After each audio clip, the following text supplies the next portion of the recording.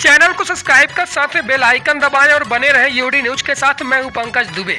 अगली और बड़ी खबर सीधी जिले से, जहां शिवसेना जिला इकाई द्वारा पीड़ित परिवार को न्याय न मिलने को लेकर सुंदर पैलेस सीधी में पत्रकार वार्ता कर कोतवाली थाना प्रभारी राजेश पांडे व पूर्व जमोड़ी थाना प्रभारी पर लगाए गंभीर आरोप।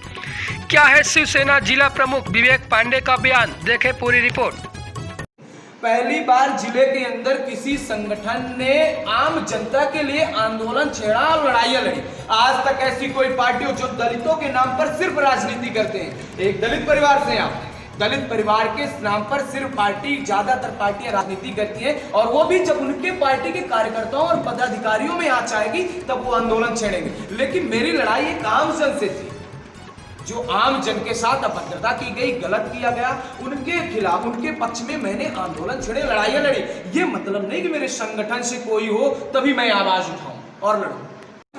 पीड़ित परिवार मौजूद है जिसके लिए हाँ, अब ये मैं बताना चाहूंगा प्रशासन ने इस मामले को कितना संज्ञान में लिया। एक लड़की के साथ, एक गरीब परिवार की, एक दलित समुदाय की लड़की के साथ छेड़खानी होती है।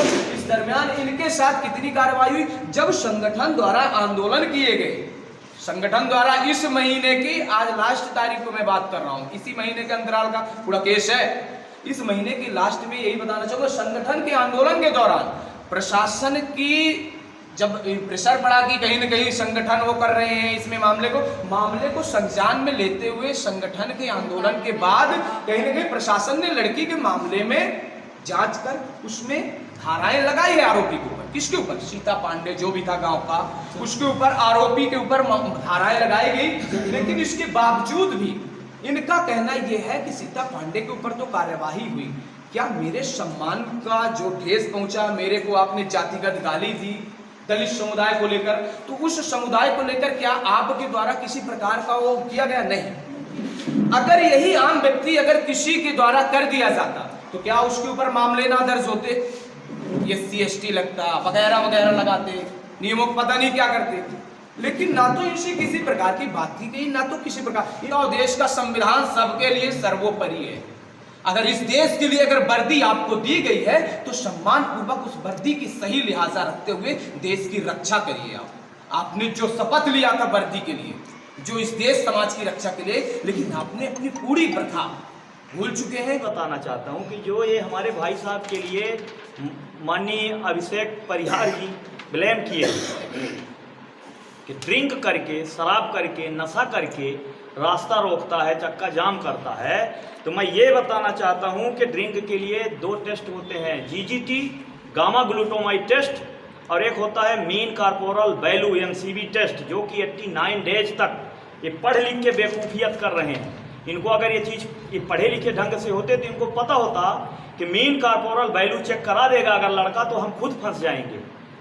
मीन कॉर्पोरल वैल्यू में 90 दिन तक पता लगता है कि ड्रिंक किया था कि नहीं किया था, और अगर बीच में कर लिया तो अगले 90 दिन तक फिर करा दो कभी भी टेस्ट। तो ये पढ़े लिखे अभिषेक जी हैं और इनको पता नहीं है, तो ये पहले तो फर्जी। दूसरी चीज़ मैं मेरी बताना चाहूँगा, मैं खुलेआम सीधी के अपने वरिष्ठ लोगों से अपील करता हूँ, माननीय सांसद महोदय, माननीय विधायक जी से, पुलिस अधीक्षक साहब से, DM साहब से अपील करता हूँ कि अभिषेक सिंह परिहार जो कि पदस्थ थे जमोड़ी थाना में, एक जाहिल और गंवार किस्म के आदमी का नाम है। मैं ये भूतपूर्व सैनिक प्रमोद सिंह ये ऐलान करके बोलता हूँ, क्योंकि मेरे साथ 1 दिसंबर 2019 को लूट हुई सरेआम 9 बजे रात को। मैं खाना खा रहा था, मेरे साथ काफ़ी सम्मानित एक टीचर थे रीवा के, और अजीत सिंह जोगीपुर के चौहान हमारे मित्र वो थे, और असामाजिक तत्वों ने मेरे साथ सरेआम लूट की, मारपीट की, जो कि इनके ससुराल के हैं। और मैं 100 नंबर को वहाँ पे तुरंत बुलाया और बताया कि मेरा सोने का चैन छुड़ा लिया गया, ऐसी ऐसी अभी वारदात हुई है। तो लोग बोले कि थाने आओ। मैं जब थाने गया तो मेरे को बोला जाता है कि 8 बजे रात के बाद अब FIR नहीं होता, आप प्लीज़ कल आइए। मेरे को भेज दिया गया, और 2 बजे रात अभिषेक जी अपने ससुराल पक्ष वालों को, जिन्होंने हमसे छिनैती और लूट की थी, बुला के और काउंटर केस हमारे ऊपर। और 2 बजे रात फ़ोन आता है कि तुम डकैती किए हो, तुम थाने आ जाओ। मैं जब थाने गया तो बहुत चक्का रह गया। फिर मैं विटनेस लिया, ढाबे में खाना खा रहा था, उनको बुलाया। जो लोग देखे थे वो जब सब आए, मेरी FIR जब मैं बोला कि लिखी जाए तो 16 दिन तक मेरे को लगातार थाने बुलाया जाता था, प्रेशराइज करके और छोड़ दिया जाता था। एक मैं आर्मी पर्सन, भूतपूर्व सैनिक के साथ ऐसा बिहेव अगर वो आदमी कर रहा था तो बाकी जनता के साथ, इन गरीब दलितों के साथ वो क्या करता होगा मैं बोल नहीं सकता। मेरे को 16वें दिन जब बहुत तकलीफ हुई तो मैं माननीय SP साहब के पास गया। 16वें दिन 1 दिसंबर 2019 की बात थी और 16 दिसंबर को मैं पुलिस अधीक्षक साहब के पास जाके और गिड़गिड़ाया।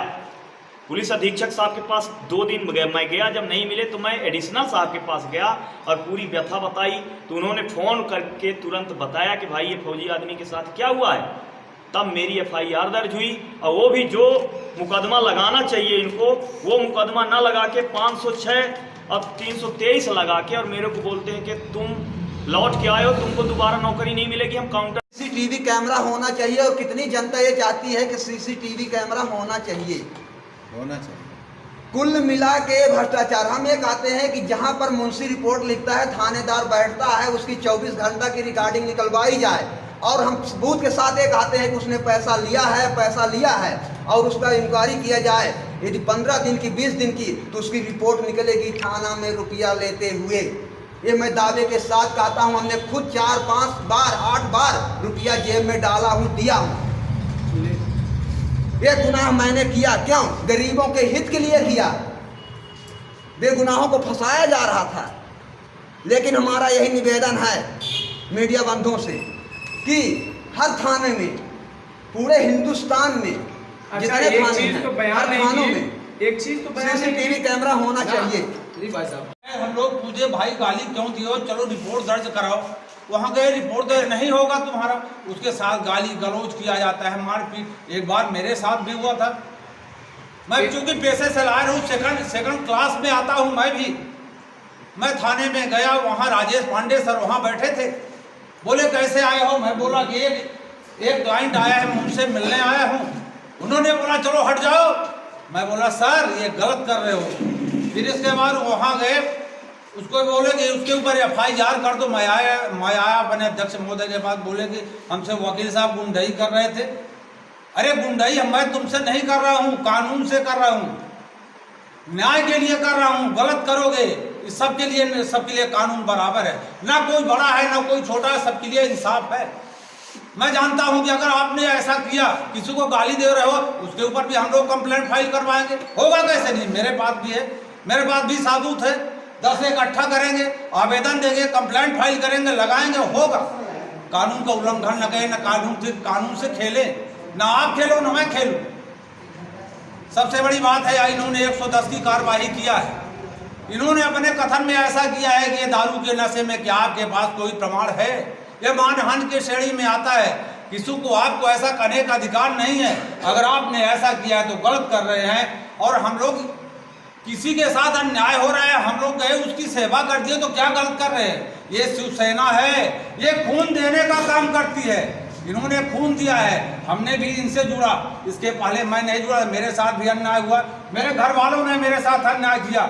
मेरे अंदर ये आग आई, मैंने भी सोचा मैं इसमें रहकर काम करूंगा और करता रहूंगा और इंसाफ की लड़ता रहूंगा। ये गलत हो रहा है। इन्होंने 110 की कार्रवाई, इन्होंने अपना व्यक्तिगत कथन लिखा है।